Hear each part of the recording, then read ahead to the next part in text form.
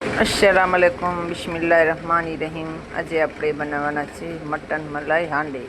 જોઈ શકો છો મસ્ત મજાની।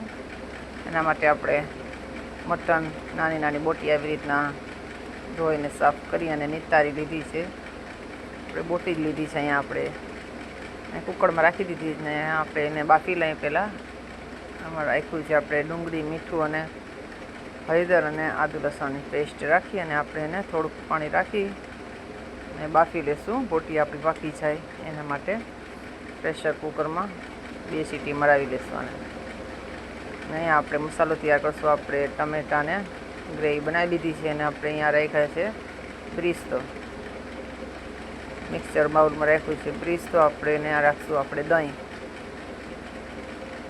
મસાલો આપણે એનો તૈયાર કરી લઈએ। દહીં રાખ્યું છે। અહીંયા રાખશું આપણે તજ, બાદિયાન, લવિંગ, મરી, જીરું અને એલચી, અહીંયા ધાણા અને મરચાં રાખી અને આપણે એની ગ્રેવી તૈયાર કરી છે। અને અહીંયા આપણે તેલ ગરમ કરવા રાખ્યું છે આપણે બ્રિસ્તો બનાવ્યું એ જ। અહીંયા આપણે એલચી અને લવિંગ અને તજ રાખી અને આદુ લસણની પેસ્ટ રાખી છે। આદુ લસણની પેસ્ટ થાય એટલે અહીંયા રાખશું આપણે ટમેટા પ્યુરી। જોઈ શકો છો ટમેટાની પ્યુરી રાખી દીધી છે। અહીંયા રાખશું આપણે ધાણા, મરચાં, હળદર, મીઠું અને ચિકન ટિક્કા અને તંદૂરી મસાલો। બધો આપણો ભૂંજાઈ જાય મસાલો, જોઈ શકો છો। એટલે અહીંયા આપણે સાઈડમાં આપણી બોટી પાકી ગઈ છે કુકરમાં અને મસાલો ભૂંજાઈ જાય એટલે આપણે આ મિક્સરમાં તૈયાર કર્યો તો મસાલો દહીંવાળો, દહીં ને ડુંગળીનો એ મસાલો આમાં રાખી દઈશું। જોઈ શકો છો અને ભૂંજાવા દઈશું એકદમ તેલ સેપરેટ થાય અહીંયા લગીને આપણે આ બધું ભૂંજાવા દઈશું। જોઈ શકો છો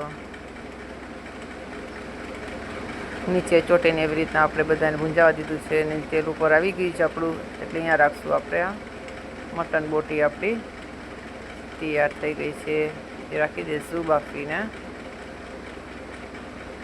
હવે આ બધાને આપણે મિક્સ કરશું અને 2-3 મિનિટ મિક્સ કરી અને 4-5 મિનિટ થવા દીધું હતું અને આપણે ઉપરથી રાખશું ફ્રેશ ક્રીમ।